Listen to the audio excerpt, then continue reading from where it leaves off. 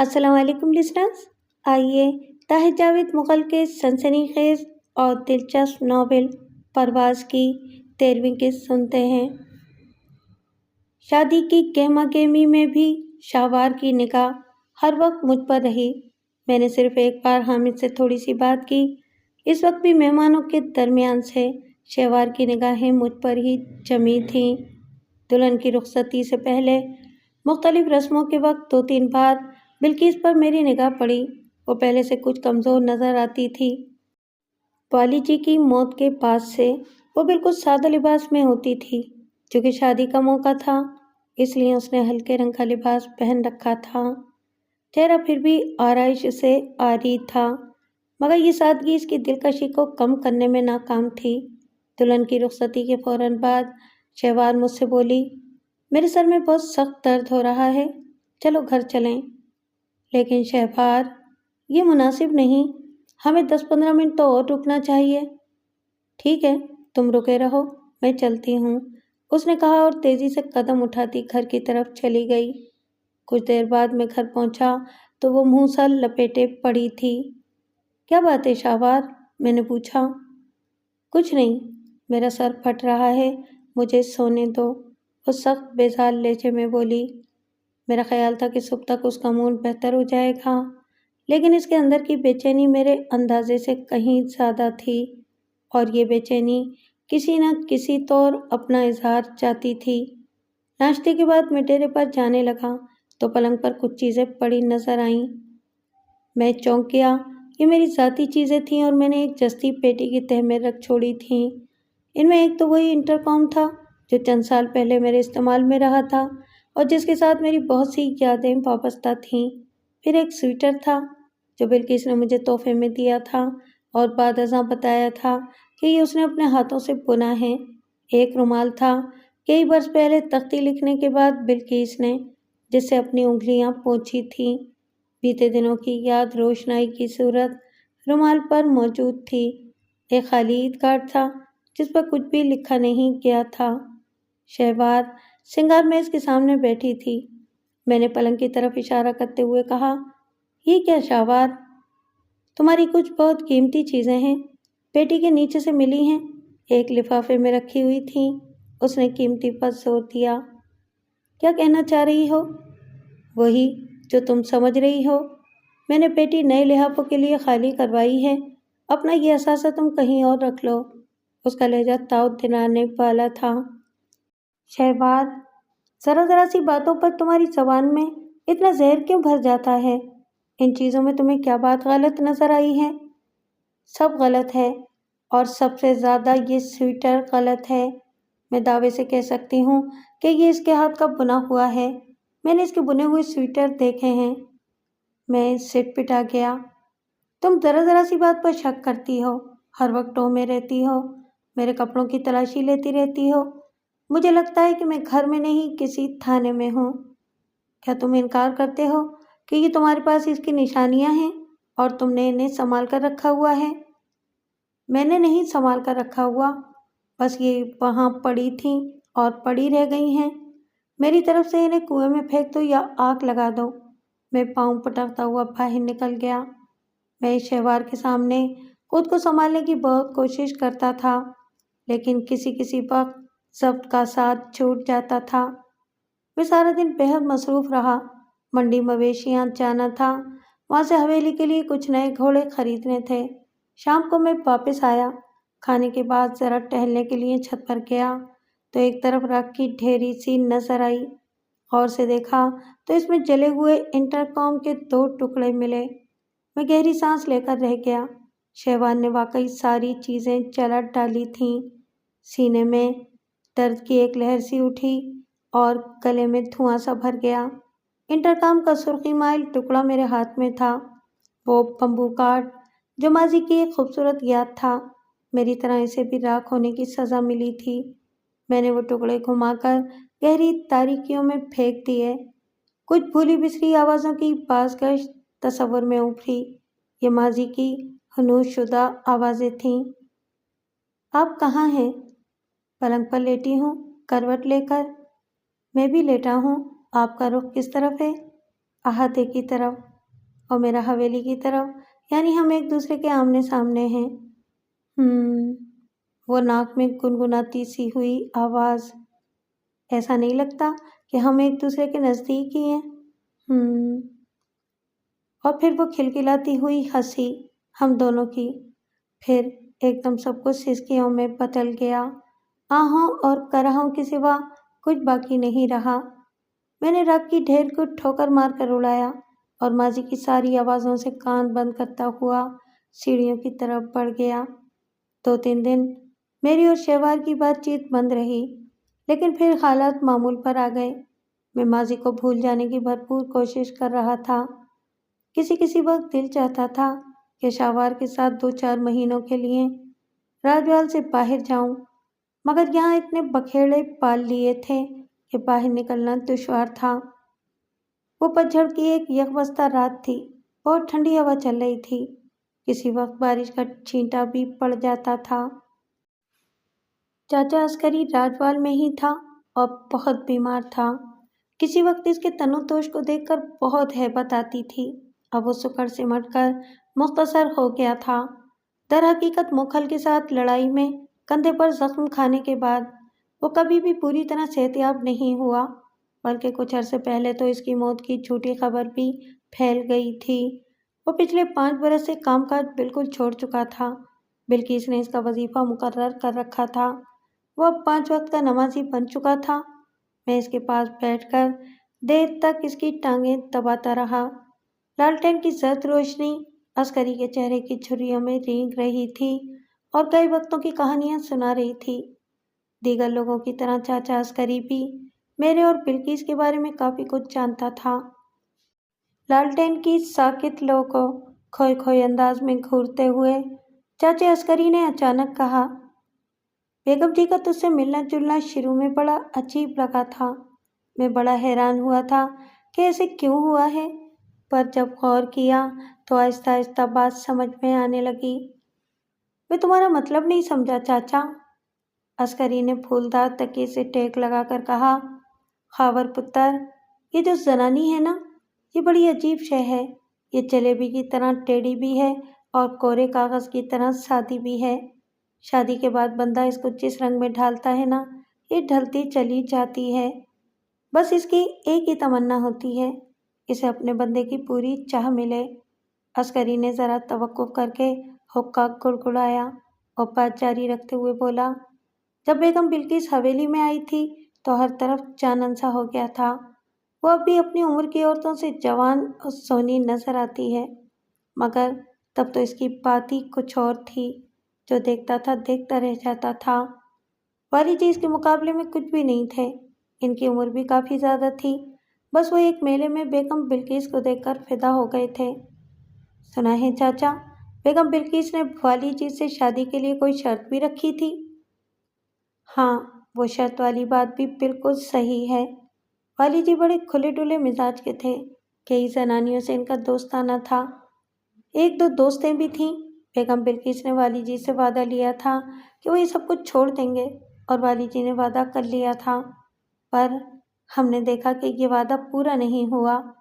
شروع کے 1-1.5 سال میں والی جی نے کچھ احتیاط کی، حویلی کے اندر ناچ گانا بھی نہیں ہوا، مگر پھر آہستہ آہستہ سب کچھ ویسا ہی ہو گیا۔ والی جی کے یار دوست بھی حویلی میں نشے کے لیے آنے لگے۔ بیگم بلقیس نے کیا کیا؟ عسکری نے لالٹین کی دھواں دھواں ٹپنی کو گھورتے ہوئے لحاف کو کچھ اور بھی اپنے گرد لپیٹا اور کہا، میں نے یہ سب کچھ بڑے پاس سے دیکھا ہے خاور پتر۔ بیگم بلقیس بڑی شوخ چنچل ہوا کرتی تھی، ایسے جیسے کوئی رنگدار چڑیا حویلی میں چہکتی پھرتی ہے، ہر وقت کا ہانسا، ترنجن، ڈھولکی، گانے۔ مگر پھر جب والی جی اپنی پرانی ڈگر پر آنے لگے تو بیگم بلقیس بجھ سی گئی۔ میاں بیوی میں کئی بار جھگڑا ہوا، بیگم بلقیس کئی ہفتے میکے چلی جاتی تھی، مگر مجبور ہو کر پھر واپس چلی آتی تھی۔ آہستہ آہستہ اس نے صبر کرنا سیکھ لیا۔ وہ سمجھ گئی کہ یہاں کچھ بھی نہیں بدلے گا، اور اگر اس نے بدلنے کی زیادہ کوشش کی تو سب کچھ بگڑ جائے گا۔ ہاں، اتنا ضرور ہوا کہ ناچ گانے کی محفلیں حویلی کی بجائے باغ والے ڈیرے پر ہونے لگیں۔ چاچا عسکری کو حسب معمول کھانسی کا شدید دورہ پڑا اور اس کا دم الٹنے لگا۔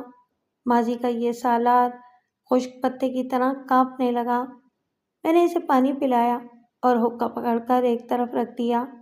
کچھ دیر بعد طبیعت ذرا بحال ہوئی تو عسکری نے کہا، میں نے بتایا ہے نا کہ ان دنوں والی جی بڑے ہی کھلے ڈلے تھے۔ ان کے یار دوست حویلی کے اندر ہی پیتے پلاتے بھی تھے۔ ان کے ایک زمیندار دوست نے لاہور سے فلم چلانے والی مشین لا کر دی تھی۔ اس مشین پر وہ حویلی میں ہی فلمیں بھی دیکھ لیتے تھے۔ والی جی کا ایک یار خوشاب کا عظمت خان کچھ زیادہ ہی بگڑا ہوا تھا۔ ایک بار میں نے اسے خود بلقیس بیگم سے مذاق کرتے دیکھا۔ اس نے نشے میں بیگم بلقیس کا ہاتھ پکڑا تھا۔ بیگم بلقیس کا منہ لال بوٹی ہو گیا، پر والی جی نے بات ہنس کر ٹال دی۔ بس اتنا کیا کہ عظمت خان کے ہاتھ سے بوتل پکڑ کر ایک طرف رکھ دی۔ اب کبھی کبھی سوچتا ہوں تو لگتا ہے کہ والی جی نے ایک بڑی ہی سیدھی اور سچی کھری لڑکی کو توڑ پھوڑ کر رکھ دیا تھا۔ والی جی کئی دن ڈیرے پر گزار دیتے۔ وہ اتنی بڑی حویلی میں اداس پڑی رہتی۔ سردیوں میں وہ اکثر خیمے وغیرہ لے کر شکار پر نکل جاتے تھے۔ ایسے دوروں سے ان کی واپسی 2 ہفتے بعد ہوتی تھی۔ بس کچھ نہ پوچھو ان دنوں کیا کیا ہوتا رہا ہے۔ میں نے سگریٹ کا کش لیتے ہوئے کہا، لیکن کچھ سال پہلے جب میں نے والی جی کو دیکھا تو وہ تو کافی بدلے ہوئے تھے۔ وہ تو جب ان میں ہمت ہی نہ رہی اور بیماریوں نے گھیر لیا تو سارے کام آہستہ آہستہ چھوٹ گئے۔ اس عمر میں بدلنا جوانی میں بدلنے کے برابر تو نہیں ہوتا نا۔ میں نے موضوع بدلا، چاچا عسکری تمہارا بہت تجربہ ہے، تم بتاؤ بیگم بلقیس کیسی عورت ہیں؟ یہ سوال تم سے پوچھنے والا تھا۔ تم بتاؤ کہ تمہارے دماغ میں بیگم بلقیس کے بارے میں کیا خیال آتا ہے؟ میرا مطلب ہے کہ اب یہ بات بالکل لکی چھپی تو ہے نہیں کہ والی جی کی زندگی میں ہی تمہارے اور بیگم بلقیس کے درمیان بات چل پڑی تھی۔ تمہارا کیا خیال ہے بیگم بلقیس نے ایسا کیوں کیا؟ میں نے کہا، سچی بات پوچھو چاچا عسکری تو تب جو کچھ ہوا اس میں زیادہ قصور میرا ہی تھا۔ لیکن تالی ایک ہاتھ سے تو نہیں بجتی نا۔ کیا تمہارے ذہن میں کبھی یہ بات نہیں آئی کہ بیگم بلقیس وفادار زنانی نہیں ہے؟ جس طرح اس نے والی جی کے ہوتے ہوئے تمہارا حوصلہ بڑھایا، اس طرح اس نے کہیں اور بھی ایسا کام کیا ہوگا۔ میں نے ایک لمحہ سوچے بغیر کہا، نہیں چاچا عسکری، میرے دماغ میں کبھی یہ خیال نہیں آیا اور نہ آ سکتا ہے۔ میرے پاس اس کی کوئی پائیدار وجہ نہیں ہے۔ پر چاچا، میں آنکھیں بند کر کے بیگم بلقیس پر یقین کر سکتا ہوں۔ میرا بھی یہی خیال تھا کہ تم یہی کہو گے، اور سچ پوچھتے ہو پتر خاور، تو میرا اپنا خیال بھی یہی ہے۔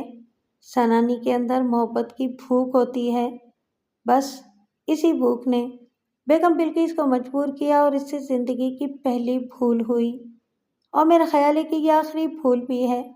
مگر اس میں ایک بات اور غور کرنے والی بھی ہے، اس بھول میں تھوڑی بہت ڈھیل والی جی کی طرف سے بھی شامل رہی ہے۔ والی جی بالکل بکری ٹائپ کے بندے تھے۔ انہوں نے کھلی ڈلی زندگی گزاری اور کبھی کسی کی باتوں کی پرواہ نہیں کی۔ تمہارے اور بیگم جی کے وجہ سے شروع میں ضرور ان کو سخت جھٹکے لگے، وہ کئی ماہ پریشان بھی رہے اور انہوں نے تمہارا حویلی میں آنا جانا بند کر دیا تھا۔ لیکن پھر جیسے جیسے آہستہ آہستہ انہوں نے یہ معاملہ برداشت کرنا شروع کر دیا، ویسے بھی وہ تم کو پسند کرنے لگے تھے۔ ان کو پتا تھا کہ اس وقت تم ہی ہو جو جاگیر کے معاملوں کو سنبھال سکتے ہو۔ دوسری طرف بیگم بلقیس بھی یہ دیکھ رہی تھی کہ والی جی کو تمہاری سخت ضرورت ہے۔ ان سارے معاملوں نے مل جل کر وکھرا ماحول ہی بنا دیا تھا۔ لیکن کچھ بھی ایک خاور پتر، بھول تو بھول ہی ہوتی ہے۔ اس بات کو مانتے ہو نا تم؟ بالکل مانتا ہوں چاچا۔ اب یہ بہت بڑا کام ہوگا کہ تم دونوں اس بھول کو بھول جاؤ۔ جو کچھ ہوا وہ ہو گیا۔ بڑے بڑے لوگوں سے غلطیاں ہوتی ہیں۔ اب تم اپنی اپنی زندگیوں کو اپنے اپنے راستے پر ڈال دو، اسی میں نیکی اور اسی میں سلامتی ہے۔ میں تو اب شاید چند دنوں کا مہمان ہوں۔ اب جو کچھ کرنا ہے تم لوگوں نے ہی کرنا ہے۔ مجھے پتا ہے تم نے اس جاگیر کے لیے بڑی قربانیاں دی ہیں۔ اب یہ آخری قربانی بھی تم ضرور دو گے۔ میں نے چاچے عسکری کے جفاکش ہاتھ پر اپنا ہاتھ رکھ دیا۔ اسی دوران میں دروازے پر مدھم دستک ہوئی۔ میں نے اٹھ کر دروازہ کھولا۔ سامنے ہمارا مخبر رملی تھا۔ بارش سے بچنے کے لیے اس نے سن کی بوری کو برساتی کی طرح اوڑھ رکھا تھا۔ اس کے چہرے پر ہی جانی کیفیت تھی۔ میں اسے اندر لے آیا۔ چاچا عسکری کو سلام کرنے کے بعد وہ مجھ سے مخاطب ہوا۔ چودھری جی، وہاں گوریکے میں بڑی گڑبڑ ہے۔ موکھل پاشا کے ارادے ٹھیک نہیں ہیں۔ موکھل حویلی میں کافی لوگ جمع ہیں اور صلح مشورہ ہو رہے ہیں۔ تمہارا مطلب ہے کہ وہ کوئی شرارت کریں گے؟ لگ تو ایسا ہی رہا ہے جی، کوئی لمبا چوڑا پروگرام ہے۔ بڑے موکھل صاحب کے سالے بٹیرہ خان نے کوئی 60 گھڑ سوار بھیجے ہیں جی، اصل سمیت۔ ایک زمیندار نے 3 بڑے صندوقوں میں کافی سارا اسلحہ موکھل حویلی میں پہنچایا تھا۔ اور بہرام کا تو پتہ ہے نا آپ کو، جس نے نکوال میں بیگم بلقیس پر ہتھ ڈالنے کی کوشش کی تھی؟ جی ہاں، وہی خبیث۔ وہ بھی اپنے 3 درجن ساتھیوں کے ساتھ موکھل حویلی میں ہے۔ شاہ نواز صاحب کے ہاتھوں ایک موکھل کے مرنے کے بعد یہ لوگ بڑے سخت تپے ہوئے ہیں۔ میرے خیال میں اگلے 8 پہروں میں کچھ بھی ہو سکتا ہے۔ اس زبردست اطلاع پر میں نے رملی کو شاباش دی اور 100 کے 3 نوٹ بھی۔ اسے ضروری ہدایات دے کر میں نے واپس بھیج دیا۔ چاچے عسکری نے کہا، والی جی کی زندگی میں علاقے کی پولیس ہمیشہ ہمارے خط میں رہی ہے، پر اب الٹ ہو گیا ہے، اس لیے خطرہ بھی بڑھ گیا ہے۔ تمہیں تیزی کے ساتھ کچھ کرنا ہوگا۔ چاچے کی بوڑھی آنکھوں میں خوف کے سائے تھے۔ کبھی یہی آنکھیں تھیں جو ایسی خبر سن کر جوش سے لال ہو جاتی ہوں گی۔ سب وقت کا کھیل ہے۔ میں نے چاچے عسکری کا کندھا تھپ تھپا کر کہا، تم یہ گرم دودھ پی کر آرام سے سو جاؤ چاچا۔ میرے ہوتے ہوئے ان موکھلوں کی ہمت نہیں کہ راجوال کی طرف آنکھ اٹھا کر بھی دیکھیں۔ چاچے کی آنکھوں میں دعاؤں کی پرچھائیاں لرزنے لگیں۔ میں جانتا تھا کہ لحاف کے اندر ایک چھوٹی سی تسبیح پر اس کی انگلیوں کی گردش تیز ہو گئی ہے۔ میں حویلی کے مرتانے میں آیا۔ بلقیس کا ماموں چودھری یعقوب سو چکا تھا۔ چودھری عزیز بھی کہیں لحاف میں دبکا ہوا تھا۔ نشاط کا منجلا بھائی ارباز بیٹھک میں ہی تھا۔ میں نے فوری طور پر سارے ذمہ دار افراد کی ہنگامی میٹنگ بلائی۔ شامپور کے نمبردار سلطان کو بھی فوری طور پر بلا لیا گیا۔ نمبردار کی تقریباً 80% بینائی ضائع ہو چکی تھی۔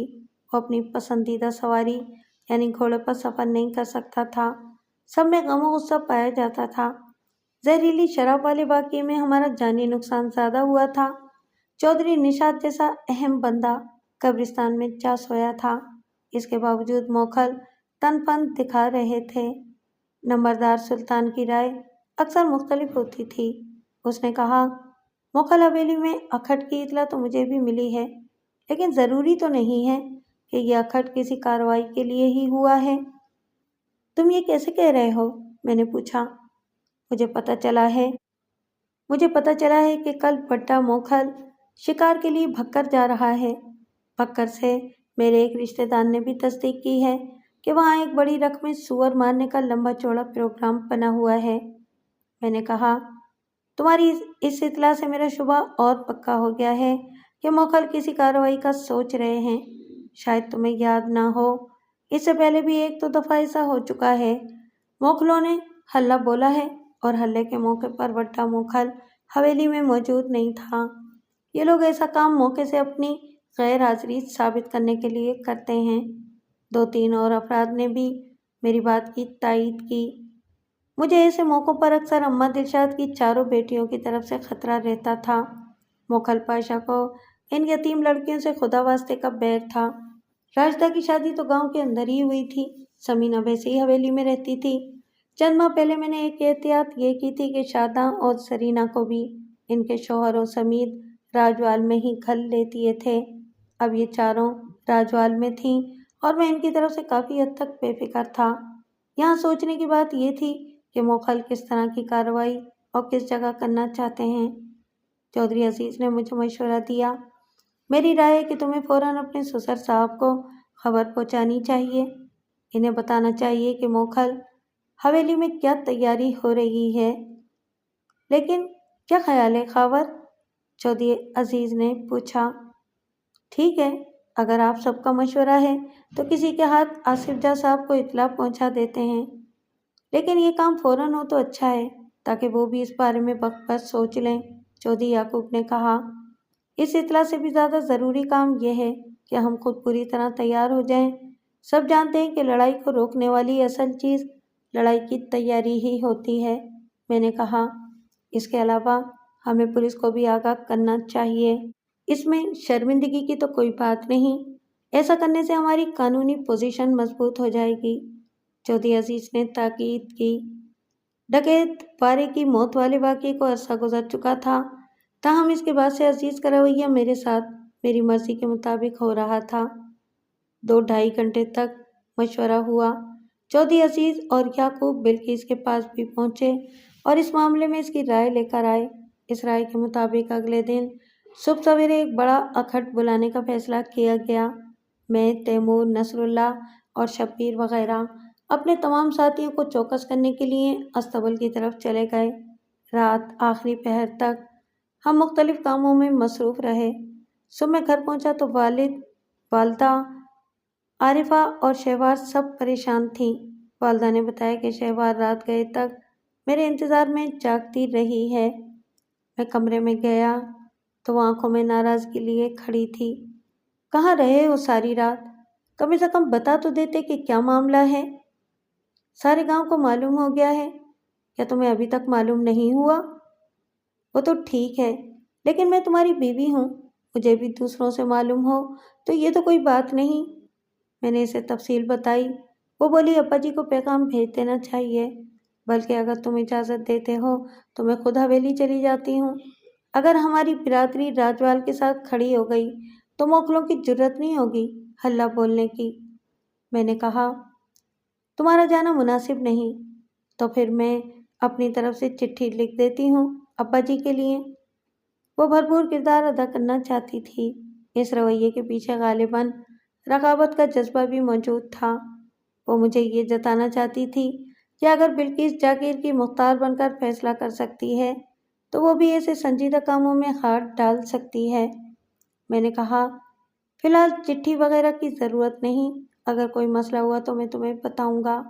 اگلے روز بہت ٹینشن والا تھا، وہی تناؤ میں سنسنی جو ایسے موقعوں پر خون میں شامل ہو کر دھڑکنوں کو گونجدار بنا دیتی ہے۔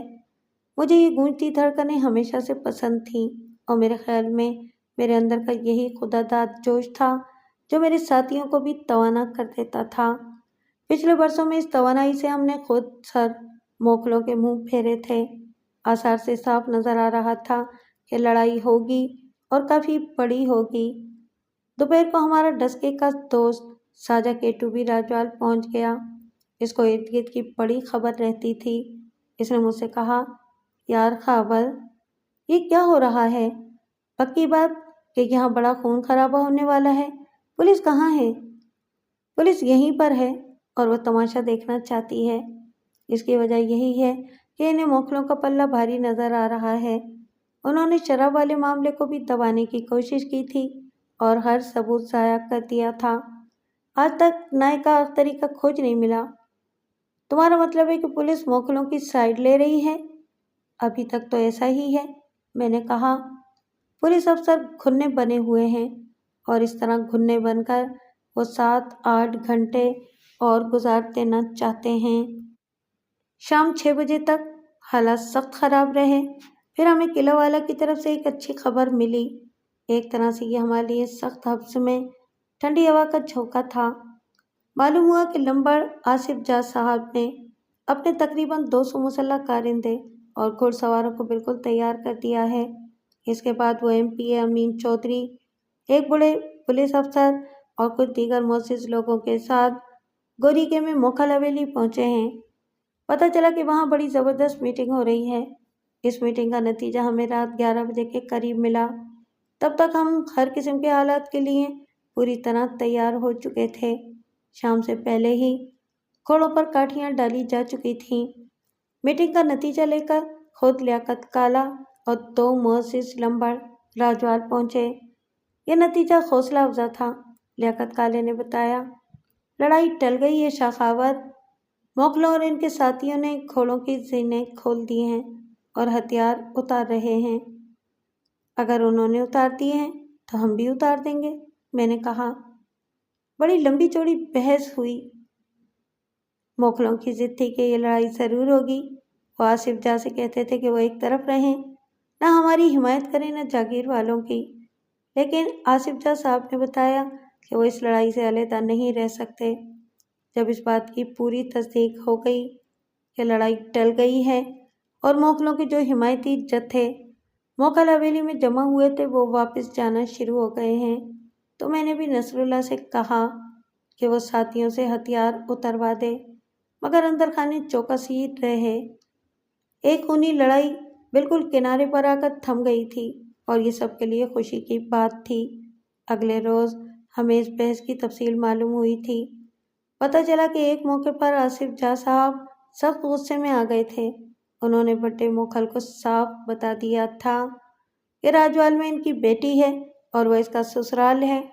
اگر راجوال کو کوئی نقصان پہنچا تو ہم سمجھیں گے کہ یہ ہمارا نقصان ہے۔ ہم راجوالیوں کے کندھے سے کندھا ملا کر میدان میں آ جائیں گے۔ اور یہی موقع تھا جب موکلوں نے اپنا ارادہ بدلا۔ اگلے 4-5 ہفتے تک حالات پرسکون ہی رہے۔ ویسے اندر خانے لڑائی کا ماحول بنا رہا۔ پتہ چل رہا تھا کہ موکھل پاشا مسلسل جوڑ توڑ میں مصروف ہے۔ میرے گھر کا ماحول بھی بس ٹھیک ہی تھا، اور ٹھیک اس وجہ سے تھا کہ یہاں شیوار کی مرضی کے خلاف کوئی کام نہیں ہو رہا تھا۔ حامد کی صورت دیکھے مجھے کافی عرصہ گزر چکا تھا۔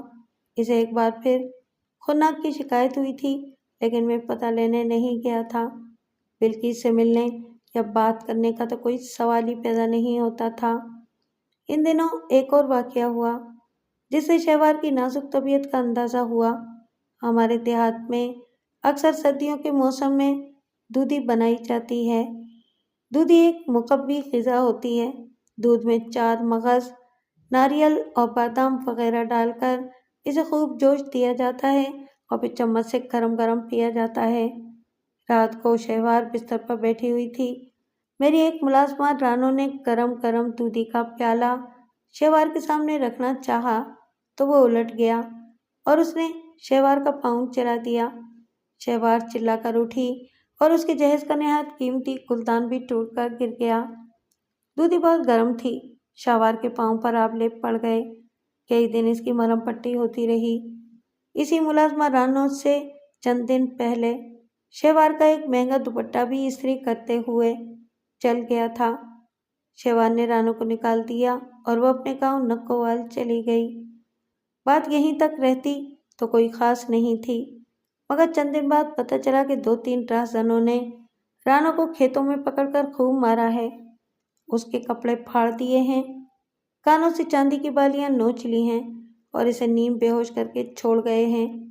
اس واقعے کے بعد بھی میرا دھیان کسی خاص سمت میں نہیں گیا، لیکن اس رات رونق علی کے کمرے میں اس سے ملاقات ہوئی تو اس نے ایک عجیب بات کہی۔ وہ بولا، یار میں سوچ رہا ہوں اس کڑی رانو کو کہیں پاؤں اور دوپٹہ جلانے کی سزا تو نہیں ملی؟ میں چونک کر رونق کی طرف دیکھنے لگا۔ کیا کہنا چاہ رہے ہو رونق بھائی؟ اس نے اپنی چربی دار ٹھوڑی کھجاتے ہوئے کہا۔ یقین سے نہیں کہہ رہا ہوں، بس میرا خیال ہی ہے۔ دراصل میں تو بڑے عرصے سے آصف جاہ کو جانتا ہوں نا۔ یہ بندہ اپنی بیٹی کے بارے میں بڑا جنونی ہے، اکلوتی اولاد ہے اور بڑے لاڈ پیار سے پلی ہوئی ہے۔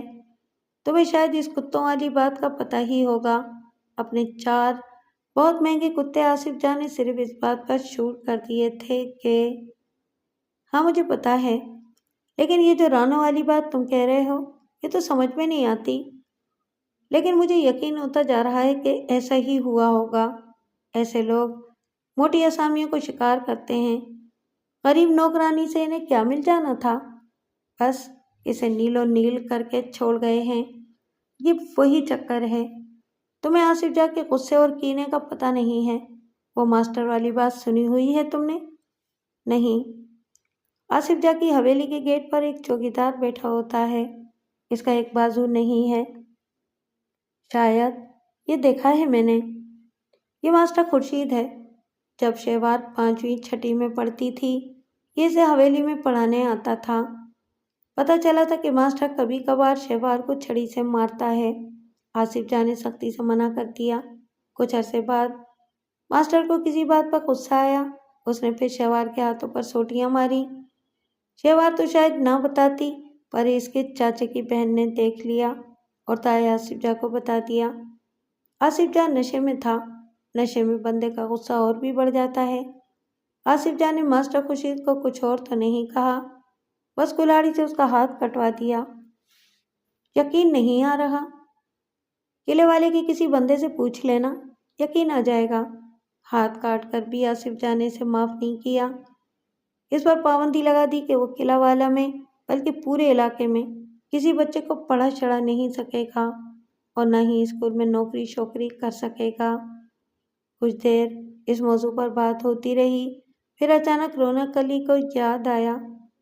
شہوار کے پاؤں کا اب کیا حال ہے؟ اس نے پوچھا۔ پٹی کھل گئی ہے، پر دوا وغیرہ لگا رہی ہے۔ بلکہ اس کا پتہ لینا چاہ رہی تھی، لیکن وہ ڈرتی بھی ہے کہ کہیں شہوار کا موڈ خراب ہی نہ ہو جائے۔ کہہ رہی تھی کہ میں ایسے وقت جاؤں گی جب شہوار گھر میں اکیلی ہو۔ ٹھیک ہے، جیسے ان کی مرضی۔ تم کل کتنے بجے گھر سے نکلو گے؟ یہی کوئی 9 بجے کے قریب۔ ٹھیک ہے، میں اسے کہوں گا کہ 10 بجے کے بعد چلی جائے، رونق علی نے کہا۔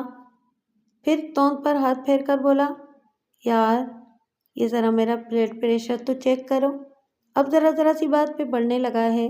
اب دیکھو، کوئی ایسی گرم شے بھی نہیں کھائی، بکرے کے تھوڑے سے پائے کھائے ہیں۔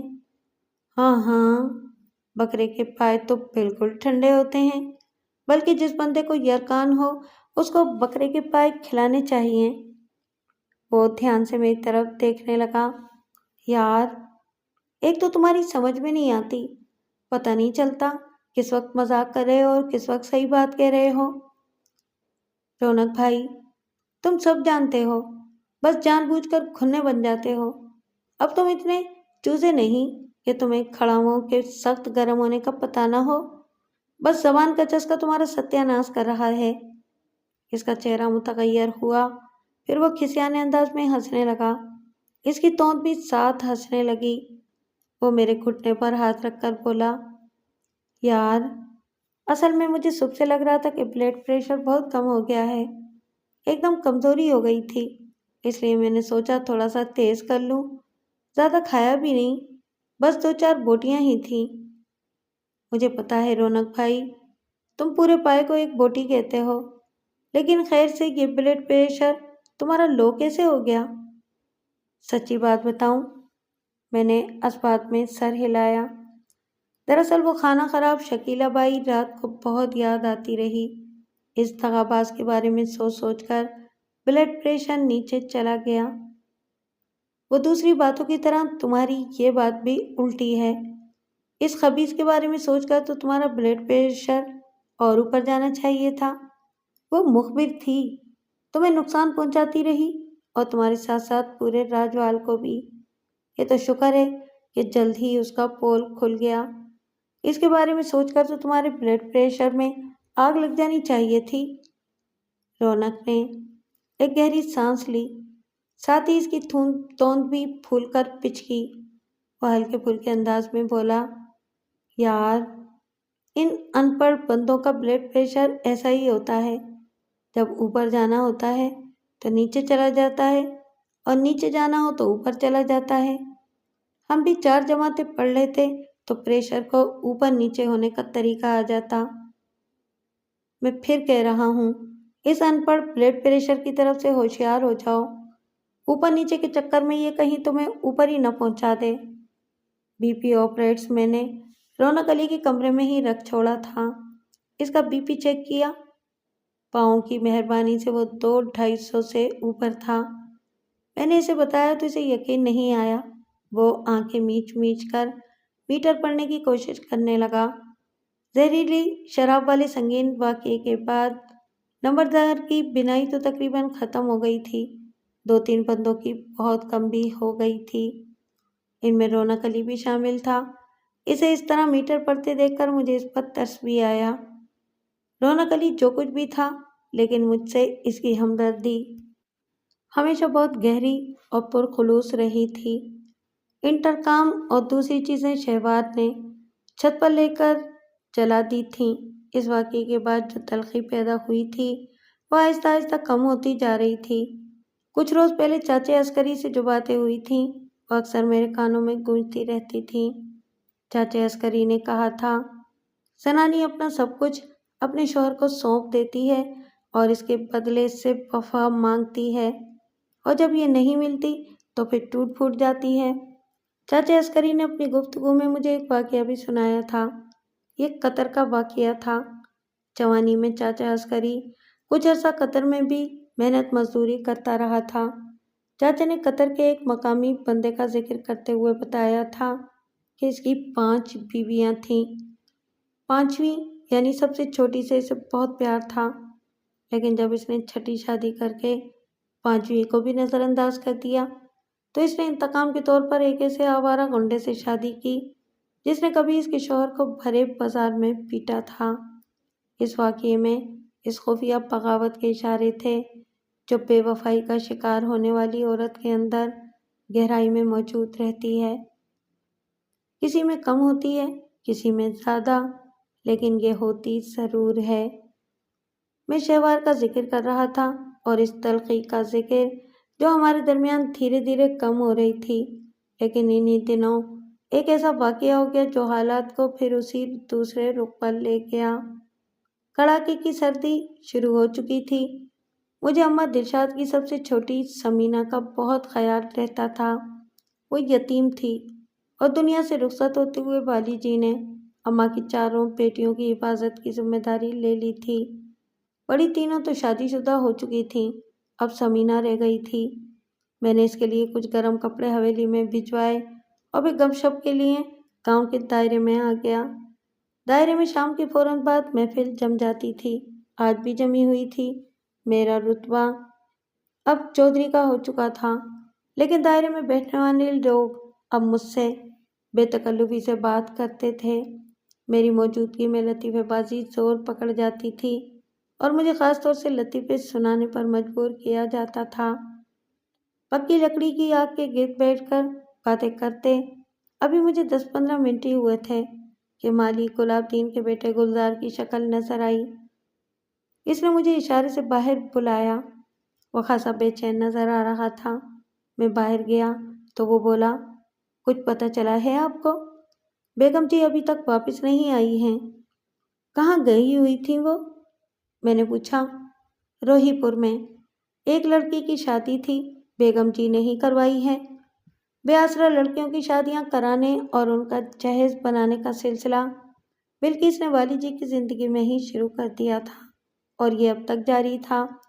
وہ کسی بھی طرح کے صلے کی خواہش کے بغیر یہ کام کرتی تھی۔ شاید بلکہ کو اس کام کی طرف لانے میں اس کی اپنی نہ تمام آرزوؤں کا بھی دخل تھا۔ میں نے گلزار سے پوچھا، وہ بتا کر نہیں گئی تھی کہ کب واپس آنا ہے؟ انہوں نے کہا تھا کہ زیادہ سے زیادہ عصر کی اذان تک آ جائیں گی۔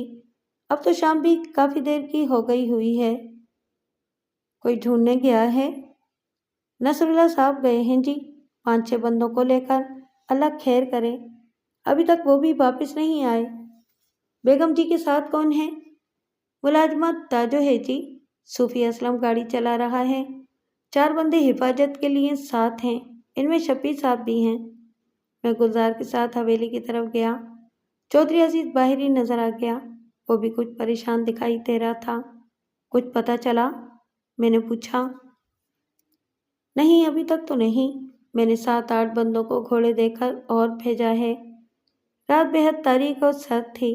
یکبستہ ہوا ہڈیوں میں گھس رہی تھی۔ 15-20 منٹ مزید گزر گئے۔ جو 6 گھڑ سوار سب سے پہلے سالار نصر اللہ کے ساتھ گئے تھے، ان میں سے 2 واپس آ گئے اور انہوں نے بتایا کہ روہی پور تک انہوں نے سارا راستہ دیکھ لیا ہے۔ بیگم جی کی گاڑی کہیں نہیں۔ روہی پور سے وہ 3 بجے کے قریب نکل گئی تھیں۔ یہ اطلاع زیادہ پریشان کر دینے والی تھی۔ میں نے اسی وقت جیپ پکڑی اور خود بھی تلاش میں نکل گیا۔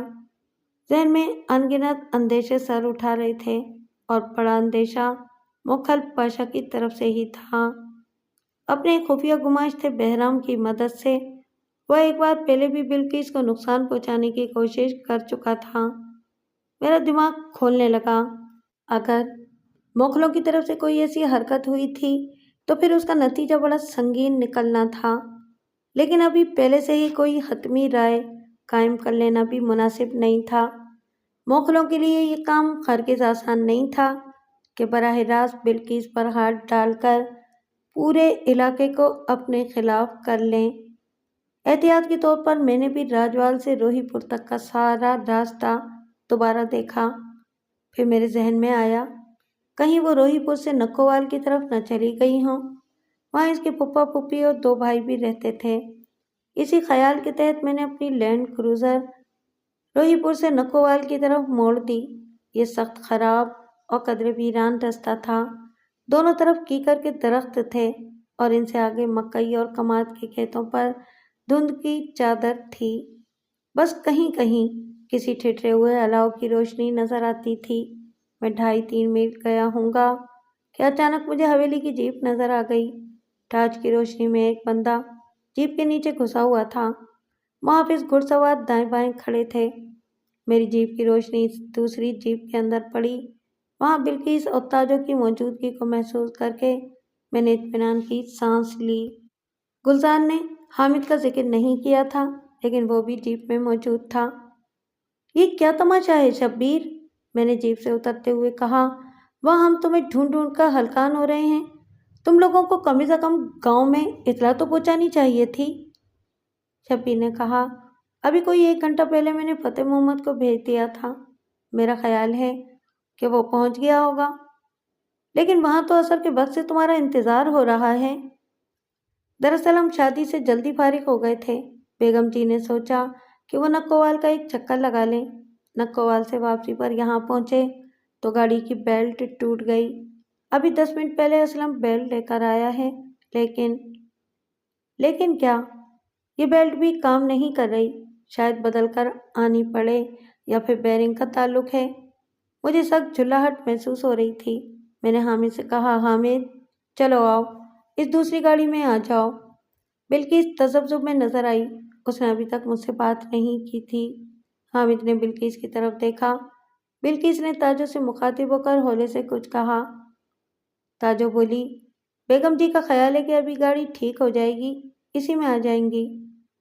اس کا ابھی کچھ پتہ نہیں کہ کب ٹھیک ہوگی۔ یہاں رکنا خطرناک ہے۔ تم لوگ دوسری گاڑی میں آ جاؤ، میں نے ذرا تحکم سے کہا۔ شبیر نے بھی میری تائید کی۔ کچھ دیر تذبذب میں رہنے کے بعد بلقیس دروازہ کھول کر باہر نکل آئی۔ ایک پھولدار گرم شال نے بلقیس کو سر سے گھٹنوں تک لپیٹا ہوا تھا۔ وہ حامد اور تاجو میری جیپ میں بیٹھ گئے۔ حامد میرے ساتھ اگلی سیٹ پر بیٹھا، تاجو اور بلقیس پچھلی سیٹوں پر۔ میں نے ایک مسلح محافظ کو صوفی اسلم کے پاس چھوڑ دیا۔ باقی دونوں محافظ گھوڑوں پر سوار میری جیپ کے عقب میں چل دیے۔ سفر خاموشی سے ہوتا رہا۔ آخر حامد نے پوچھا، کیا بات ہے چاچو؟ آپ ناراض ہیں؟ اب بول کیوں نہیں رہے؟ اب تک میں ہی تو بولتا رہا ہوں، تم کون سا بولے ہو؟ اس نے کہا، شاید آپ امی کی بات کر رہے ہیں۔ پھر وہ بلقیس کی طرف مڑ کر بولا، امی، آپ بات کیوں نہیں کر رہی؟ کیا آپ دونوں کی آپس میں کوئی لڑائی ہے؟ نہیں، بلقیس نے مختصراً جواب دیا۔ تو پھر خاموش کیوں ہیں؟ یہاں چاچی شہوار تو نہیں ہے جو آپ دونوں کے بولنے پر رولر ڈالنا شروع کر دے گی؟ حامد نے کہا۔ کتنی بار کہا ہے، ایسی باتیں نہیں کرتے، بلقیس نے اسے ڈانٹا۔ میں نے عقب نما آئینے میں دیکھا۔ اس کا چہرہ غصے سے سرخ تھا۔ پھر وہ خود کو پرسکون کرتے ہوئے بولی، بس غلطی ہو گئی۔ میں نے سمجھا تھا ہم شام گہری ہونے سے پہلے واپس پہنچ جائیں گے۔ خواہ سب کو پریشانی ہوئی۔ اس نے جملہ تو ادا کیا تھا، لیکن اس طرح جیسے کسی کو بھی مخاطب نہ کیا ہو۔ حالات ٹھیک نہیں، سفر کرتے ہوئے بہت احتیاط کی ضرورت ہے، میں نے کہا۔ تھوڑی تھوڑی بات چیت شروع ہوئی تو پھر باتیں ہونے لگیں، تاہم بلقیس کے لہجے میں بدستور بیگانگی اور گہری سنجیدگی رہی۔ اس کی باتوں سے معلوم ہوا کہ شادی میں شرکت کے فوراً بعد 2:30 بجے کے قریب وہ روانہ ہو گئی تھی۔ راستے میں اس نے تھوڑی دیر کے لیے نکوال جانے کا سوچا۔ اس کے دونوں بھائی آپس میں لڑ پڑے تھے، بیویوں نے لگائی بجھائی کی تھی، وہ ان میں صلح کرانے گئی تھی۔ میری نگاہیں عقب نمائنے میں بار بار اس کی طرف اٹھ رہی تھیں۔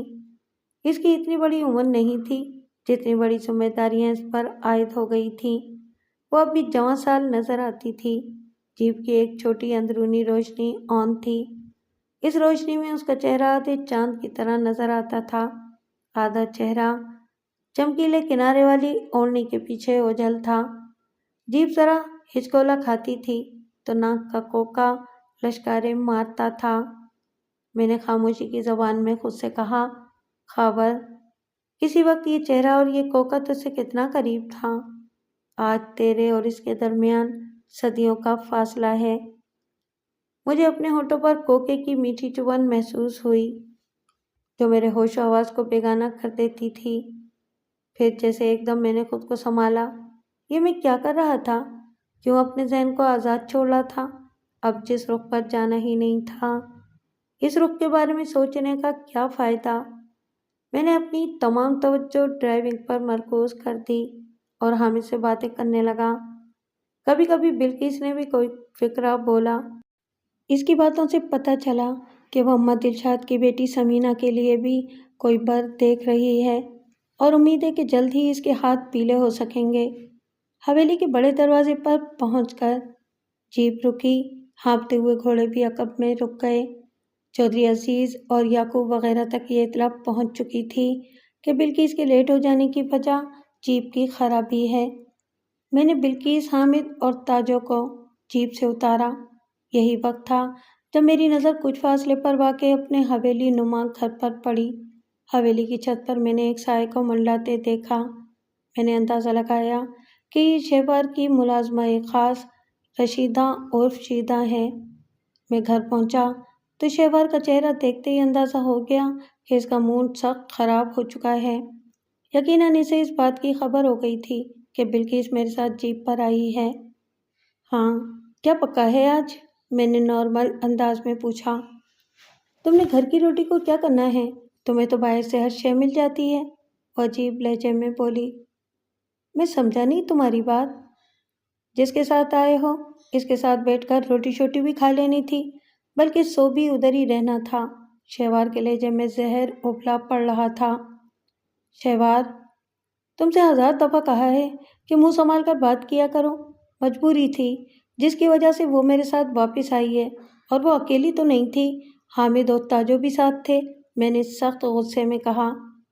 حامد ساتھ نہیں تھا، مجھے خود گلزار نے بتایا ہے، اور تاجوں کے ساتھ ہونے نہ ہونے سے کیا فرق پڑتا ہے؟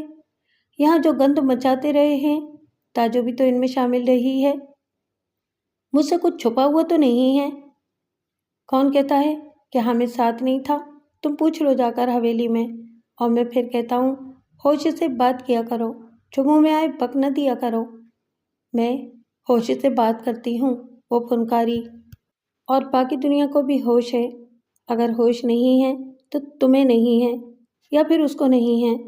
میں سمجھ گئی ہوں، اس کتے نے تمہارا پیچھا نہیں چھوڑنا، اس نے تم سے ملنے کا کوئی نہ کوئی بہانہ ڈھونڈتے رہنا ہے۔ شہبار، میں گھر جا، خبردار جو اسے گالی دی تو۔ میں اب بھی ضبط کی کوشش کر رہا تھا۔ کیوں نہ گالی دوں اس حرامزادی کو؟ وہ میرا گھر برباد کر رہی ہے، وہ بدمعاش زنانی ہے، وہ گھر کھانے والی ڈائن ہے، وہ…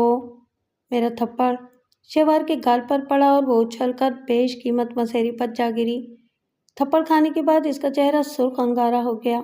پھیپڑوں کی پوری قوت سے چلائی، ہاں ہاں مارو مجھے، اس کتی کے لیے مجھے جان سے مار دو، ٹوٹے ٹوٹے کر دو میرے۔ چپ ہو جا، میں کہتا ہوں چپ ہو جا۔ میں نے اس کا منہ دبایا۔ اس نے ایک جنونی جھٹکے سے خود کو چھڑایا اور زیادہ زور سے چلائی، میں چپ نہیں رہوں گی، آج میں سب کو بتاؤں گی، ایک ایک کو بتاؤں گی، وہ حرامزادی تمہارے ساتھ مل کر یہاں کیا گندا کھیل کھیل رہی ہے۔ وہ واقعی دروازے کی طرف بڑھی، جیسے سب کے سامنے باہر جا کر واویلا کرنا چاہتی ہو۔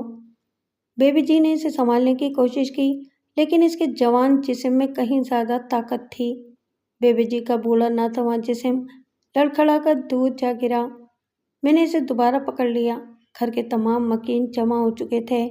بلند آوازیں سن کر باہر کھڑے گارڈ بھی اندر جھانک رہے تھے۔ شہبار پوری قوت سے خود کو چھڑانے کی کوشش کر رہی تھی اور ساتھ ہی بلقیس اور بیبی جی کے لیے بدترین الفاظ استعمال کر رہی تھی۔ میں نے پھر اس کا منہ اپنے ہاتھ سے ڈھانپ دیا اور دھاڑ کر کہا، چپ ہو جا، چپ ہو جا، نہیں تو میں تجھے جان سے مار دوں گا۔ اسی دوران میں چودھری عزیز اور رونق علی بھی گھبرائے ہوئے اندر آ گئے۔ انہوں نے بڑی مشکل سے شہوار کو سنبھالا اور کھینچ تان کر اندرونی کمرے میں لے گئے۔ وہ مسلسل بول رہی تھی۔ کچھ دیر بعد رونق علی نے آ کر مجھے بتایا، وہ ابھی اور اسی وقت واپس قلعے والا جانا چاہتی ہے۔ اسے کسی بھی طرح روکنے کی کوشش کرنی چاہیے، نہیں تو بڑی گڑبڑ ہو جائے گی۔ ہو جائے جو گڑبڑ ہونی ہے، اسے کہو دفع ہو جائے یہاں سے، میں نے بھی تب کر کہا۔ زیادہ گرمی ٹھیک نہیں خاور، تمہیں پتہ ہی ہے جس طرح کے حالات شالات ہیں، تم خود کو ٹھنڈا کرو، ہم اسے بھی ٹھنڈا شنڈا کرنے کی کوشش کرتے ہیں۔ بس میں تمہیں ایک بات بتا دوں رونق بھائی، اگر وہ بیبی جی یا بلقیس کے بارے میں کوئی غلط لفظ بولے گی تو میں برداشت نہیں کروں گا۔ میں نے اسے یہی سمجھانے کی کوشش کی ہے، تم حوصلہ رکھو، سب ٹھیک ہو جائے گا۔ میں اوپر چھت پر چلا گیا۔ نیچے چودھری عزیز، چودھری یعقوب اور رونق علی وغیرہ اسے سمجھانے میں لگے رہے۔ 10 بجے کے قریب رونق اوپر چھت پر آیا اور اس نے بتایا کہ وہ کسی حد تک سنبھل گئی ہے۔ کم سے کم اتنا تو ہوا کہ فوری طور پر قلعے والا واپس جانے سے رک گئی ہے۔ صبح سے مزید بات کریں گے۔ میں نے کہا، رونق بھائی، اس کے پیچھے زیادہ لگنے کی ضرورت نہیں ہے۔ اگر اسے اس گھر میں رہنا ہے تو پھر اسے خود کو بدلنا پڑے گا۔ یہ بات تم چودھری عزیز کو بھی بتا دو۔ اگر اس نے ذرا سی بات پر شک کرنا ہے اور طوفان اٹھانا ہے تو پھر ابھی یہاں سے چلی جائے۔ میں اپنے کمرے میں نہیں گیا۔ بیبی جی کو گرنے سے تھوڑی بہت چوٹیں آئی تھیں۔ میں نے ان کو دوا کھلائی، تھوڑا سا ٹرینکولائزر پلایا۔ اما دلشاد کی بیٹی سمینہ بھی ہمارے گھر آئی ہوئی تھی اور ان کی ٹانگیں دباتی رہی۔ وہ کچھ دیر بعد سو گئیں تو میں بھی ان کے ساتھ والے کمرے میں جا کر لیٹ گیا۔ شہبار اپنے کمرے میں تھی۔ تھوڑی دیر کے لیے اونگ سی آئی، اچانک آہٹ سی ہوئی اور میں پھر اٹھ کر بیٹھ گیا۔ آہٹ میرے کمرے کی طرف ہوئی تھی۔ میں نے دبے پاؤں جا کر ادھ کھلی کھڑکی سے دیکھا۔ کمرے میں گیس لیمپس کی روشنی تھی۔ شہوار نے گرم شال لی ہوئی تھی اور کہیں جانے کے لیے تیار نظر آتی تھی۔ پہلا خیال تو ذہن میں یہی آیا کہ شاید اس نے ارادہ بدل دیا ہے اور ابھی اپنے باپ کے گھر قلعہ والا روانہ ہو رہی ہے، لیکن اس کے آس پاس کہیں سامان نظر نہیں آیا۔ ویسے بھی ہر طرف خاموشی تھی۔ ملازمہ خاص رشیدہ بھی سوئی ہوئی تھی۔ دفعتاً ایک خیال تیر کی طرح میرے ذہن میں پیوست ہو گیا، کہیں یہ بلقیس سے بد کلامی کرنے کے لیے تو حویلی نہیں جا رہی؟ حویلی زیادہ دور بھی نہیں تھی، بس چند قدم کا ہی تو فاصلہ تھا۔ یہ خیال آتے ہی میں جلدی سے کمرے میں چلا گیا۔ وہ مجھے دیکھ کر چونکی۔ اس کی آنکھوں میں نمی تھی اور چہرہ لال بھبوکا ہو رہا تھا۔ کہاں جا رہی ہو؟ میں نے پوچھا۔ جہاں میری مرضی ہے میں جاؤں گی۔ تم بھی جہاں تمہاری مرضی ہوتی ہے جاتے ہو نا؟ وہ پھنکاری۔ میرے سوال کا جواب دو، اس وقت کہاں جا رہی ہو اکیلی؟ وہ چند لمحے مجھے آتشی نظروں سے دیکھتی رہی اور پھر سینہ تان کر بولی، میں اس کی طرف جا رہی ہوں جس نے میری زندگی برباد کی۔ میں آج اس سے صاف صاف بات کرنا چاہتی ہوں۔ اس کے اندر جیسے جوالا مکھی دہک رہا تھا۔ میری رگوں میں خون اچھل کر رہ گیا۔ میں نے اس کے سامنے آتے ہوئے کہا، تم کہیں نہیں جاؤ گی، آرام سے بیٹھ جاؤ۔ میں تمہاری غلام نہیں ہوں، میرا حق ہے اس کھٹیا سے پوچھنے کا کہ وہ میرے گھر کو دوزخ کیوں بنا رہی ہے۔ اگر اس کے اندر اتنی ہی آگ لگی ہوئی ہے تو قسم کیوں نہیں کر لیتی؟ مربوں کی مالک ہے، درجنوں مل جائیں گے اسے ٹھنڈا کرنے والے۔ اس نے میرا ہی گھر کیوں چنا ہوا ہے؟ ایک بار پھر مجھ سے شہوار کے یہ نہایت زہریلے الفاظ برداشت نہیں ہوئے۔ میں نے ہاتھ گھمایا اور چٹاخ سے ایک اور شہوار کے گال پر ہاتھ پڑا۔ اس کے بال کھل گئے اور ایک جھمکا اتر کر دور جا گرا۔ وہ کرا کر دیوار کے قریب جا گری تھی۔ اس مرتبہ اس نے واویلا نہیں کیا۔ اس کی آنکھوں میں شدید ہیجانی کیفیت نمودار ہوئی اور وہ دیوار کی طرف جھپٹی۔ یہاں دیوار پر ایک 2 نالی رائفل اور 2 خنجر آویزاں تھے۔ شیوان نے ایک خنجر اتار لیا۔ میں اپنی جان لے لوں گی، میں تمہارا اور اس کا کلیجہ ٹھنڈا کر دوں گی، وہ دھیمی مگر نہایت سنگین آواز میں پھنکاری۔ میں نے لپک کر اس کا خنجر والا ہاتھ پکڑ لیا۔ چھوڑ دو مجھے، وہ زور لگاتے ہوئے بولی۔ اس کے تاثرات خطرناک تھے۔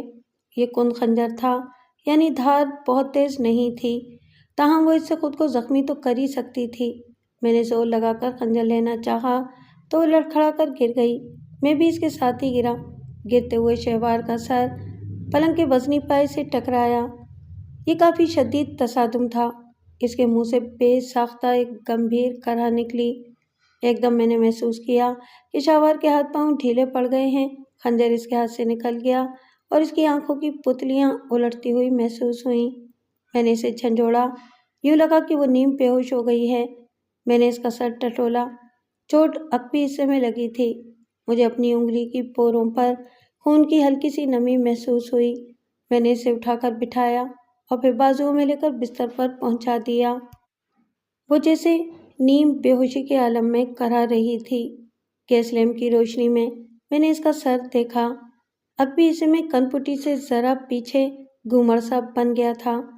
اس گھومڑ میں سے خون بھی رس رہا تھا، تاہم یہ بہنے والا خون نہیں تھا۔ میں نے خنجر کو فرش سے اٹھا کر دوبارہ دیوار پر لگایا اور کمرے کی کھڑکی بند کر دی۔ اس سے پہلے جب یہ شہوار فرش پر گری تھی، میں نے محسوس کیا تھا کہ کوئی کھڑکی کے آس پاس موجود ہے، یا شاید یہ صرف میرا وہم تھا۔ کھڑکی بند کر کے اور دروازے کو اندر سے کنڈی لگا کر میں پھر شہوار کے پاس آ گیا۔ میں نے مخمل کا لحاف اچھی طرح اس کے جسم پر ڈالا۔ اس کے سر کا گھومڑ بھی کچھ بڑا ہو گیا تھا۔ وہ نیم بے ہوشی میں کرانے لگی۔ میں مر جاؤں گی یا میں اسے مار دوں گی، ہم دونوں میں سے ایک رہے گی، ایک رہے گی۔ میں نے اسے پانی پلانا چاہا، اس نے منہ پھیر لیا۔ میں تمہاری کچھ نہیں ہوں، مجھے چھوڑ دو، مجھے مر جانے دو۔ اس کے جسم کی لرزش سے اندازہ ہوتا تھا کہ وہ سخت تکلیف میں ہے۔ جہاں سے خون رس رہا تھا وہاں میں نے پاؤڈر کا چھڑکاؤ کیا۔ کونے میں رکھی انگیٹھی ابھی بجھی نہیں تھی۔ میں اسے پلنگ کے قریب لے آیا۔ یہ حقیقت ہے کہ شہوار کو چوٹ لگنے کے بعد میری ساری کیفیت بدل گئی تھی۔ غصے کے بجائے مجھے اس پر ترس آ رہا تھا۔ اپنے جوش اور کچے پن کی وجہ سے وہ بہت غلط اندازے لگا رہی تھی اور بالکل غلط رخ پر جا رہی تھی۔ اب رات کے تقریباً 12 بج چکے تھے۔ ارد گرد مکمل خاموشی تھی۔ اس کا مطلب تھوڑی دیر پہلے میرے اور شہوار کے درمیان جو کشمکش ہوئی ہے، اس کی خبر کمرے سے باہر نہیں ہوئی۔ میں نے دونوں گیس لیمپس کی روشنی بالکل مدھم کر دی۔ میں پلنگ پر شہوار کے قریب ہی بیٹھ گیا۔ ایک کپڑے کی میں نے گدی سی بنائی اور اس گدی کو انگیٹھی پر سینک سینک کر شہوار کے سر کے ابھار کی ٹکور کرنے لگا۔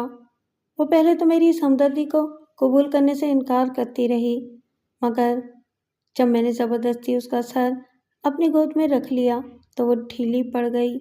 اس کا شدید غصہ آنسوؤں میں ڈھل گیا اور اس کے رخسار پر بہنے لگا۔ کمرے سے باہر راجوال کی گلیوں میں تاریک سناٹے کا راج تھا۔ کھیت کھیت، کھلیان کھلیان، سردی نے پنجے گاڑے ہوئے تھے۔ میں نے دھیمی آواز میں کہا، شہوار، جو تم کہو گی وہی ہوگا۔ اگر تم کہتی ہو تو ہم یہ گاؤں چھوڑ کر کہیں اور چلے جاتے ہیں، نکووال یا مکھنوال میں گھر بنا لیتے ہیں، یا کوئی اور تجویز تمہارے دماغ میں ہو، جو بھی ہے مجھے بتا دو۔ اس نے کوئی جواب نہیں دیا، بس آتشی آنسو گراتی رہی۔ میں اس کے سر کے ابھار کو سینکتا رہا اور تسلی تشفی کی باتیں کرتا رہا۔ اس کے اندر کا ابال کافی حد تک کم ہو گیا تھا۔ اس کا سر بدستور میرے زانوں پر تھا۔ دھیرے دھیرے وہ سو گئی۔ میں نے آہستہ سے اس کا سر تکیے پر رکھ دیا۔ خون کے داغوں والا تکیہ میں نے بدل دیا تھا۔ اسے مکمل آرام کی ضرورت تھی۔ میں ساتھ والے کمرے میں جا کر لیٹ گیا۔ میں ہرگز نہیں چاہتا تھا کہ اس نئے واقعے کی خبر قلعہ والا تک پہنچے اور نئی چپکلش پیدا ہو، اور اب بات امید کی پیدا ہو گئی تھی کہ یہ خبر یہیں تک محدود رہے گی۔ زیادہ خطرہ شہوار کی ملازمہ شیتا سے ہی ہو سکتا تھا، لیکن وہ وفادار بھی بہت تھی۔ شہواری سے ایک بار منع کر دیتی تو پھر اس کی زبان پر تالا لگ جانا تھا۔ مجھے صبح جلدی جانا تھا۔ گجران والا میں میری ایک تاریخ تھی۔ یہ وہی رائل بنگال ٹائیگر کو شوٹ کرنے والا کیس تھا۔ اس میں مجھ پر 3-4 دفعات لگی تھیں۔ دیوار پھاند کر کارخانے میں داخل ہونے، آتشی اسلحے سے ہراس پھیلانے اور زخمی کرنے، ملکیتی جانور کو بے رحمی سے ہلاک کرنے کی مختلف دفعات لگائی گئی تھیں، یہاں تک کہ سرقہ بالجبر کی دفعہ 390 اور بے رحمی جانوراں کے 100 سال پرانے ایکٹ کی 2 مذاکرہ خیز دفعات بھی ٹھوک دی گئی تھیں۔ میں منہ اندھیرے ہی اٹھ کھڑا ہوا تھا۔ راستے میں 1 گھنٹے کے لیے مجھے موضع فاضل پور کے قریب بھی رکنا تھا اور وہاں اپنی زمین پر فصل کی بوائی کا جائزہ لینا تھا۔ میں نے دوسرے کمرے میں جھانکا۔ لحاف کے نیچے شہوار نیند کی حالت میں تھی۔ میں نے اس کے آرام میں مخل ہونا بہتر نہیں سمجھا۔ بیبی جی نماز کے لیے جاگ چکی تھیں۔ میں نے انہیں شہوار کی چوٹ کے بارے میں مختصراً بتایا اور اس حوالے سے انہیں ضروری ہدایات دے کر روانہ ہو گیا۔ تیمور میرے ساتھ تھا۔ ہم جیپ پر روانہ ہوئے۔ ابھی اجالا پوری طرح نہیں پھیلا تھا کہ ہم موضع فاضل پور پہنچ گئے۔ یہاں ہل چلائے جانے کے بعد زمین ہموار کرنے کے لیے سہاگا پھیرا جا رہا تھا۔ 2 ٹریکٹر اس کام میں مصروف تھے۔ تقریباً 30 ایکڑ زمین کے لیے دوائی لگے بیجوں کی بوریاں وہاں پہنچ چکی تھیں۔ میں کوشش کر رہا تھا کہ میرے پڑھے لکھے ہونے کا کوئی فائدہ ہو۔ میں کھیتی باڑی میں تھوڑا سا نیا پن لانے کی کوشش کر رہا تھا اور چودھری عزیز کو بھی یہ کوششیں پسند آئی تھیں۔ مجھے اور تیمور کو پراٹھے، انڈے اور لسی مکھن کا ناشتہ کرایا گیا۔ کاشتکاروں کو ضروری ہدایات دینے کے بعد میں آگے روانہ ہو گیا۔ ہماری جیپ میں کچھ گنے اور مکئی کے بھٹے وغیرہ رکھ دیے گئے تھے۔ ابھی ہمیں چلتے ہوئے 20-25 منٹ ہی ہوئے تھے کہ عقب میں گرد نظر آئی۔ یوں لگا جیسے کچھ لوگ ہمارے پیچھے آ رہے ہیں۔ یہ چند گھوڑے تھے اور ایک کھٹارا سی جیپ تھی۔ میرا خیال ہے کہ پولیس والے ہیں، تیمور نے کہا۔ میں نے دھیان سے دیکھا۔ کھلی جیپ کے اندر بھی دکھائی دے رہا تھا کہ ایسے چومیاں وارث بھی ساتھ ہے۔ میں نے بتایا، یہ سب کہاں سے امڑ پڑے ہیں؟ تیمور کی بڑبڑاہٹ سنائی دی۔ وہ گنا چوس رہا تھا۔ چند ہی لمحوں میں یہ لوگ ہمارے سروں پر پہنچ گئے۔ ہم نے جیپ آہستہ کر دی۔ رک جاؤ خاور، میاں وارث کی گرجدار آواز سنائی دی۔ میں نے جیپ روک دی۔ دائیں طرف کیکر کے کچھ درخت تھے اور ایک کنواں تھا۔ پولیس کی کھٹارا کالی جیپ بھی رک گئی تھی۔ اس کے پیچھے 4-5 ہانپتے ہوئے گھوڑے بھی ٹھہر گئے۔ جیپ میں سے ایس ایچ او میاں وارث کے اترنے کے انداز نے مجھے چونکا دیا۔ وہ توند ہلاتا ہوا سیدھا میرے پاس آیا۔ اس نے ہولسٹر میں سے پستول نکال کر میری طرف سیدھا کر لیا تھا۔ گھوڑوں سے بھی اہلکار چھلانگیں لگا کر اترے۔ ایک 7mm کی رائفل بھی میں نے اپنے سینے کی طرف اڑتی ہوئی دیکھی۔ خیریت تو ہے وارث صاحب؟ میں نے کہا۔ تمہیں بھی پتا ہوگا کہ خیریت ہے یا نہیں ہے۔ میاں وارث کا لہجہ ہیجانی تھا۔ کیا مطلب؟ میں نے پوچھا۔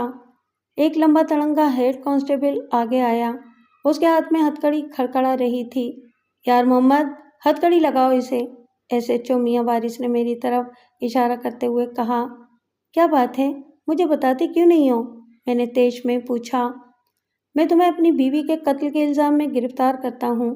میاں وارث کا چہرہ بے رحم تھا۔ میری سانس جیسے سینے میں اٹک گئی، پورے جسم پر چوٹیاں سی رینگ گئیں۔ میں نے سختہ زدہ لہجے میں کہا، یہ کیا کہہ رہے ہو وارث؟ کیا ہوا ہے اسے؟ شہوار کو؟ وہی جو تم نے اس کے ساتھ کیا ہے اور بھاگ رہے ہو۔ اس کی لاش پچھلے کمرے میں چارپائیوں کے پیچھے سے مل گئی ہے۔ کیا بک رہے ہو؟ کس کی لاش؟ میں اسے زندہ سلامت چھوڑ کر آیا ہوں۔ میں سینے کی پوری قوت سے دھاڑا۔ جس کے پنڈے پر چاقو کے 6 پھٹ لگے ہوں، وہ زندہ کیسے رہ سکتا ہے؟ وارث کا چہرہ ذہنناک تھا۔ پھر وہ اپنے عملے سے مخاطب ہو کر پنکارا، اوئے دیکھتے کیا ہو؟ ہتھکڑی لگاؤ اس سورمے کو۔ ہیڈ کانسٹیبل میری طرف بڑھا۔ میں 2 قدم پیچھے ہٹ گیا۔ خبردار، جو کوئی میرے پاس آیا تو میں کیوں لگواؤں ہتھکڑی؟ میں نے کیا جرم کیا ہے؟ ایک طرف تم مجھے میری بیوی کی موت کی خبر سنا رہے ہو اور دوسری طرف ہتھکڑی بھی مجھے ہی لگا رہے ہو۔ مجھے تمہاری بات پر یقین نہیں ہو رہا۔ تم کوئی چال چل رہے ہو۔ میں اسے 2 گھنٹے پہلے زندہ چھوڑ کر آ رہا ہوں۔ میری آواز شدت جذبات سے لرز رہی تھی۔ ارد گرد کی ہر شے گھومتی ہوئی محسوس ہو رہی تھی۔ تمہاری بیوی مر چکی ہے شاہ خاور، اس کی لاش تمہارے گھر میں پڑی ہے، اب اس کا فیصلہ عدالت کرے گی کہ قاتل تم ہو یا کوئی اور۔ سب انسپکٹر رمضان نے کہا۔ کیا تم نے خود اس کی لاش دیکھی ہے؟ میں نے سخت ہی جانی لہجے میں پوچھا۔ دیکھی ہی نہیں ہے، اسے اپنے ہاتھوں سے نکالا بھی ہے۔ ہم تمہیں گرفتار کرنے پر مجبور ہیں، سب انسپکٹر رمضان نے کہا۔ اچانک میں نے محسوس کیا کہ SHO وارث بار بار عقب میں دیکھ رہا ہے۔ میں نے اندازہ لگایا کہ اس کے پیچھے مزید کمک آ رہی ہے۔ غالباً وہ وقت ضائع کیے بغیر تھوڑی نفری کے ساتھ پہلے نکل آیا تھا۔ میں نے اس کی نظر کا تعاقب کیا اور اپنا اندیشہ درست محسوس ہوا۔ قدرے نشیب میں تقریباً 1 کلومیٹر کی دوری پر گھوڑوں کی اڑتی ہوئی گرد دکھائی دے رہی تھی۔ یقیناً مزید مسلح افراد یہاں پہنچ رہے تھے۔ میرے دل نے پکار کر کہا، شاہ خاور، تم کسی نہایت سنگین چکر میں پھنس چکے ہو۔ شہوار واقعی مر چکی ہے اور اس کے قتل کا الزام تم پر آ چکا ہے۔ تم اس وقت پکڑے گئے تو پھر شاید طویل مدت تک اپنے سر پر کھلا آسمان نہ دیکھ سکو، اور یہ بھی ممکن ہے آزادی کا سورج ہمیشہ کے لیے تمہاری نظروں سے اوجھل ہو جائے۔ یہ بڑے قیمتی لمحے ہیں خاور، ان میں کچھ کر سکتے ہو تو کر لو، دل نے پھر کہا۔ فی الوقت تمہارے سامنے صرف ایک پستول اور ایک رائفل ہے۔ ابھی چند منٹ میں ہو سکتا ہے کہ کئی رائفلیں تمہاری اور تیمور کی طرف اٹھی ہوئی ہوں۔ بھاگ سکتے ہو تو بھاگ جاؤ خاور، میرے اندر پکارتی ہوئی آواز نے کہا۔ وہ بڑے فیصلہ کن لمحے تھے۔ میری نگاہ ایک ساتھ کے لیے تیمور کی نگاہ سے ٹکرائی۔ وہ میرا لنگوٹیا یار تھا، میری ہر رمز جانتا تھا۔ اس ایک ہی ساتھ میں ہی وہ سمجھ گیا کہ میں کیا کرنا چاہتا ہوں۔ شاید اصل ٹیلی پیتھی یہی ہوتی ہے، جب ایک دوسرے کے مزاج آشنا بغیر کسی وسیلے کے کسی مبہم کنائیے کے ذریعے ایک دوسرے کی بات سمجھ جاتے ہیں۔ تیمور کے ہاتھ میں ابھی تک ہری چھال کا مضبوط گنا موجود تھا۔ اس نے ایک پڑک سی ماری اور گنا پوری طاقت سے گھما کر SHO میاں وارث کے ہاتھ پر رسید کیا۔ میں نے سیاہ رنگ کا پستول میاں وارث کے ہاتھ سے نکلتے اور زمین پر گرتے دیکھا۔ اسی ساتھ میں اس تنومند ہیڈ کانسٹیبل پر حملہ آور ہوا جس نے 7mm رائفل میری طرف اٹھا رکھی تھی۔ میں نے اس کی رائفل کی نال اوپر کر دی اور اسے پوری قوت سے دھکیلتا چلا گیا۔ ہیڈ کانسٹیبل کی رائفل سے فائر ہونے والی گولی ایک دھماکے کے ساتھ ہوا میں پرواز کر گئی۔ وہ الٹے قدموں پیچھے ہٹتا چلا گیا۔ اس کی سمجھ میں ہی نہیں آ رہا تھا کہ یہ کیا ہو رہا ہے۔ اس کے عقب میں کیکر کا درخت تھا اور کنواں تھا۔ وہ ٹکراتا ہوا کنویں کے اندر گر گیا۔ اس کے پانی میں گرنے کی آواز کافی زوردار تھی۔ اس کی رائفل بھی اس کے ساتھ ہی گئی تھی۔ تیمور SHO کا زمین پر گرا ہوا پستول اٹھا چکا تھا۔ آجا خاور، اس نے جیپ کی طرف بڑھتے ہوئے پکارا۔ ہمارے ارد گرد جو 5 اہلکار تھے، ان کے ہاتھوں میں بس لاٹھیاں ہی تھیں۔ ایک اہلکار نے ہمت کر کے مجھ پر لاٹھی سے وار کیا۔ میں نے جھکائی دے کر یہ وار بچایا اور ٹانگ رسید کر کے اسے کئی فٹ دور پھینک دیا۔ آجا خاور، تیمور کی آواز پھر سنائی دی۔ میں جست لگا کر جیپ پر سوار ہوا اور ڈرائیونگ سیٹ سنبھال لی۔ انجن ابھی تک اسٹارٹ تھا۔ میاں وارث اضطراری طور پر 2 قدم جیپ کی طرف بڑھا۔ خبردار ہوئے، گولی مار دوں گا، تیمور خطرناک لہجے میں گرجا۔ میاں وارث کی توند تھر تھرا کر رہ گئی۔ وہ اپنی جگہ پر رک گیا۔ کنویں کے اندر سے ہیڈ کانسٹیبل کی آوازیں آ رہی تھیں۔ اوئے میں مر گیا، اوئے مجھے بچاؤ۔ میں نے گیئر لگا کر ایکسیلیٹر دبایا اور جیپ کمان سے نکلے ہوئے تیر کی طرح کچے راستے پر بڑھی۔ یہ میرے جانے پہچانے راستے تھے اور خون میں جیسے آگ بھڑکی ہوئی تھی۔ میں جیپ کو اڑاتا چلا گیا۔